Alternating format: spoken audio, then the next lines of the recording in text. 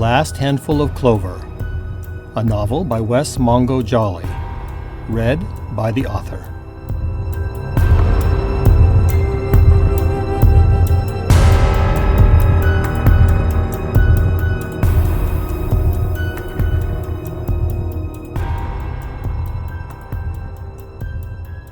Chapter 14, The Vastness.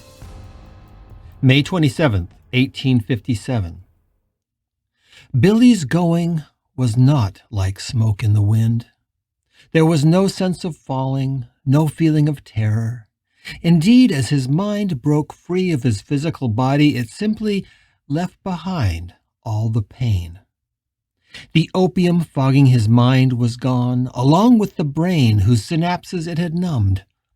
But with no brain and no body to encumber it, the essence of what made Billy Travers was unbound. He did not fall. He flew. He flew into what at first seemed like a blinding light, but soon even the concept of light and dark was left behind, and he soared in a state of bliss where everything around him was part of himself and nothing seemed out of balance. Billy had feared death, for it was the unknown, and he had wondered if death meant the loss of everything and everyone he knew and loved. But he was surprised, for this felt like the opposite. Every imaginary barrier between himself and the universe fell away until he was overwhelmed by a euphoric oneness with the universe. This was not loss. This was union. This was oneness. Billy had never longed for God, and to be honest, had not thought of God much at all in his brief visit to the earth. But now he felt the presence of an all-knowing intelligence around him. No, not quite all around him. The presence was in him. He was the presence, and the presence was him. It was not that he sensed God, it was that he was God, realizing something that he should have known all along, that the distinction between the Creator and the creation was always an illusion. There was only the vastness, the miraculous clockwork of the universe which has always been in motion and always would be in motion. There was a sense of peace in the vastness, and Billy felt himself hurtling toward a joyous and important destiny. It was as if he was in an endless stream, populated by the souls of others who had also completed their brief foray into flesh and time, but had now rejoined the unlimited mind of God, which was his mind, which was all of their minds, rushing toward a glorious ocean in the distance, an ocean that would be the ultimate fusion of his consciousness with that of the universal being, like a single grain of salt dissipating into an infinite ocean, becoming the ocean into which it dissolved. Billy was infused with a great joy, and there was enough of his old consciousness remaining to be giddy at the prospect.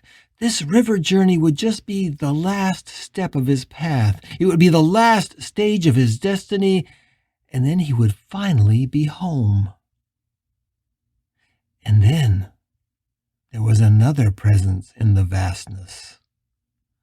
This was not one of the souls hurtling toward eternity alongside him, not one of his brothers and sisters who had also become one with existence. Somehow, this figure was outside of the rushing stream. It was outside of him, which felt impossible. His mind struggled to find a metaphor for the being, reaching back into his quickly fading consciousness of life on the physical plane. What he landed on was an image of an old man seated on a rock amid the stream of souls that rushed by him on either side like a vast river. This must be God, he thought, and he yearned for fingers so that he could reach out to the figure. But Billy was beyond fingers now, beyond bodies, beyond any control. The vastness controlled everything now. The strange figure had a dark visage, cold, unreadable, and closed. Billy struggled to understand how this figure could separate itself from all that was, all that could be. The dark presence seemed like a spot of rot in the otherwise perfect flesh of creation.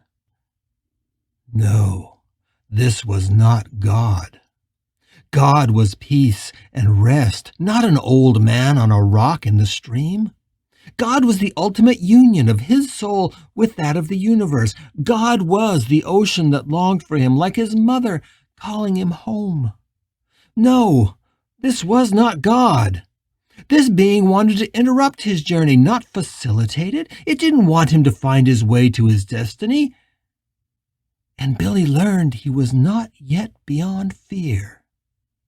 He tried to push away, to avoid the rock, but now there were burning eyes in the being, and he felt something catch him. There was a dark shadow over the figure, like perhaps a tree or a writhing nest of serpents. Billy felt the dark shapes reach and then catch him, and he froze. Cold claws gripped his soul, somehow separating it from all the other souls in the river.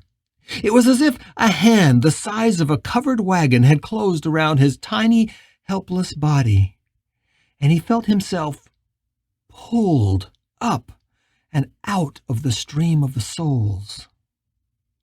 The wrenching free of the stream was the beginning of true terror for Billy Travers. His parting from the river of souls was full of such agony and despair, as if his soul had become so intertwined with those around him that his skin was being pulled free and left behind as he ascended.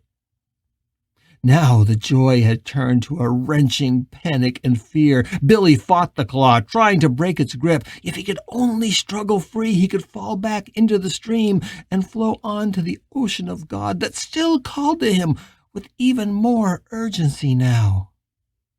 He heard a laugh, which was harsh and cruel enough to break his will, and the last of his ethereal consciousness was wrenched free of the stream.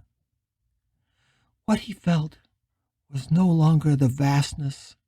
It was cold and empty and dark beyond imagining. He felt himself being hurled back the way he had come, back toward the world of the living. But then there was a voice, and it calmed him. It was a woman's voice, cracked with age. He struggled to make out her words, which seemed just beyond his ability to comprehend. But the voice soothed him, even though he could not understand her words. Was she God? Was God an old woman? The river and the voice were both gone now, and there was nothing but emptiness and loneliness and fear. The emptiness sucked his memories from him, and his mind slipped away like a discarded cloak. He struggled to hold on to who he was, even who he had been, but the faces winked out. His father, then his mother. He tried to picture Frances, who he once loved, but her face was gone too. The last face he saw was the little sister, but he couldn't remember her name. Then it came to him. Princess, he thought. Then she too was gone, and Billy Travers was empty. Just a shattered shell. No fear, no loss, just emptiness, as vast as the universe. And a feeling of rising, as if there must be, somewhere far above him, the world he had left behind. A world that wanted him back.